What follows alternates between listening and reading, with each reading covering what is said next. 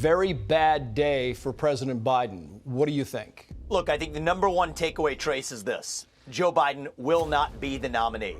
Recall, the election campaign has started in the United States. Voting for candidates for the seat of the president of the country should be held on November 5th, 2024. Joe Biden said that he would be re-elected for a second term. But all the events at the beginning of 2024 turned everything upside down. Biden will not become president for a second time. You ask why, so let's find out. I said this last year. People dismissed it as some type of conspiracy theory. Today, I think it became that much more obvious. Play this out. Biden's own DOJ and special counsel is effectively releasing a report that undermines the case for him to actually be a candidate for the U.S. presidency, right as Biden's poll numbers are cratering. We have to do the math, skate to where the puck is going, not fall for the deflection. But I do think what they're planning for is to sideline Biden as the nominee, trot in a different puppet instead. That's the most significant takeaway from tonight. That's really true. All of Biden's ratings are down. The level of approval for U.S. President Joe Biden's actions has fallen to its lowest during his presidency. Other problems cited by respondents include unfulfilled promises on the economy, as well as on the issue of student debt repayment, and his handling of classified documents brought his career down in a day. I think the decision-making was even poorer than the actual execution of it, both of which were terrible. But I think the reality is this. The managerial class in the Democratic Party, and I believe in the deep state, has decided that they have lost their use for Joe Biden as a puppet. I think they laid a trap for him. They invited him effectively to prove to the American people that he doesn't have the mental acuity to do it. He fell into their trap, and now they're laying the groundwork for in the coming 3 months to sideline him and actually put up who the real nominee is going to be. So I said this at the end of one of the Republican presidential debates, and I'll say it again. Just be honest with the American people.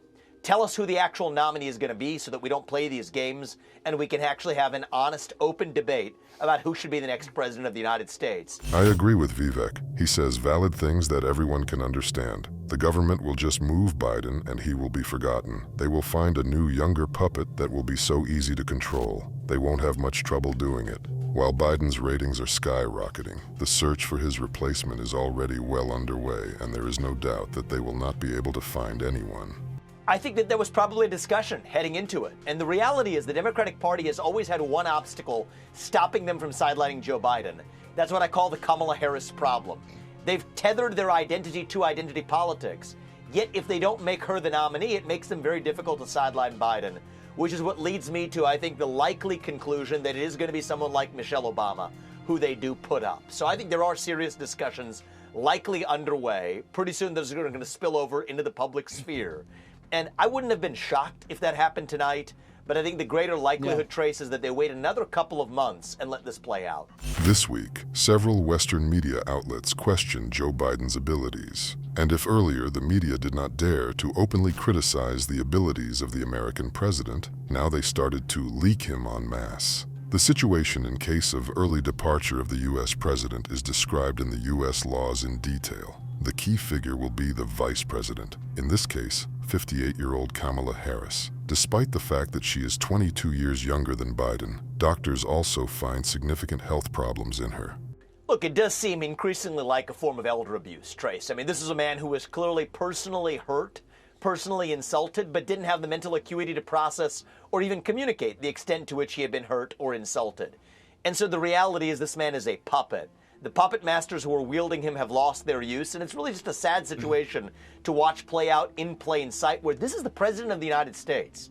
This was a man who ran on a campaign to reunite this country, and I think that this is a chance for the Republican Party to now take that mantle.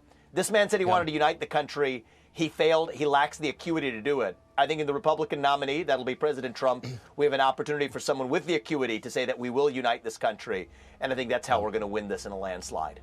U.S. President Joe Biden is a puppet in the hands of the behind-the-scenes leadership that is easy to control. According to him, Biden's participation in the presidential election is a farce. The ruling class is using Biden as a facade to advance their agenda. For them, Biden's cognitive impairment is not a problem, but an advantage, he emphasized. Indeed, Biden is no longer capable of anything and cannot make a move without clear leadership. What are your thoughts on this? Write your opinion in the comments, and don't forget to watch other shocking news on the channel.